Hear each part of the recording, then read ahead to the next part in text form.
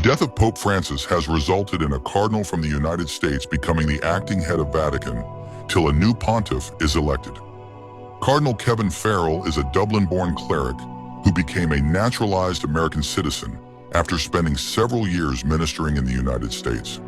A former bishop of Dallas, Farrell holds the position of Camerlengo, or Chamberlain, which tasks him with overseeing and administering the temporal goods and rights of the Apostolic See. Following the death or resignation of a pope, the 77-year-old holds a Master of Business Administration degree, MBA, from the University of Notredame, Indiana, a feat unusual for a high-ranking church leader. Farrell is the highest-ranking U.S. bishop in the church's central administration and known to be a strong decision-maker and organizer. He knows both English and Spanish, which are the two most widely spoken languages in the global church. He is also known to speak Italian and Irish Gaelic.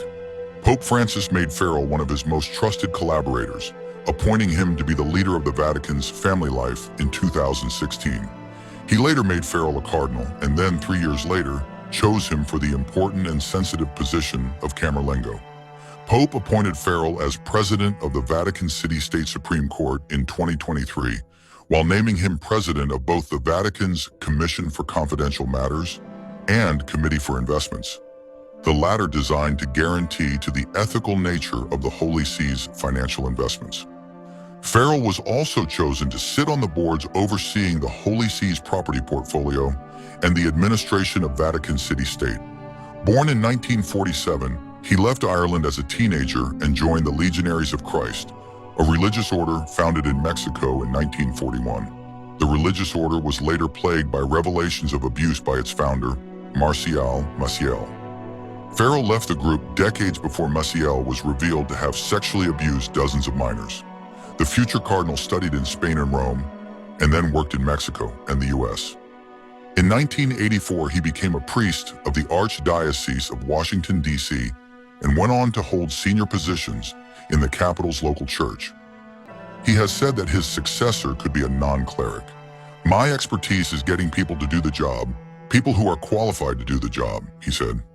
One of Farrell's brothers, Brian, is also a priest and a bishop and has spent many years working in the Vatican.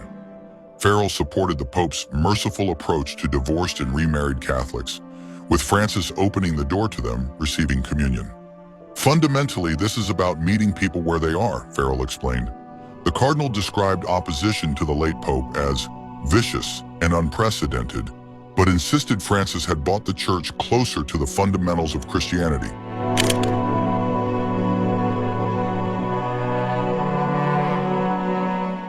The Camerlengo is responsible for officially ascertaining the Pope's death, place seals on the Pope's bedroom, and study and make funeral preparations.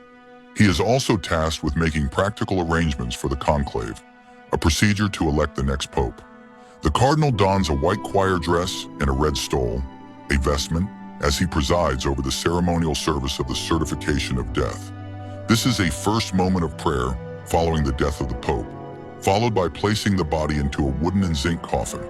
He draws up the authentic act of death, which is then attached to the death certificate that has been drawn up by the Vatican's director of the Department of Health and Hygiene. Pope Francis died of a stroke and heart failure, Vatican Press Office stated on the evening of April 21st.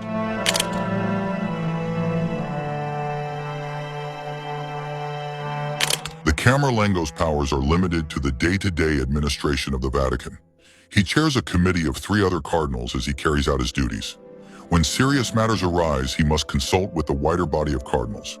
During the papal interregnum, which is the period between the death of one pope and the election of another, the Camerlengo can request financial information from Vatican departments, including details of any extraordinary business taking place.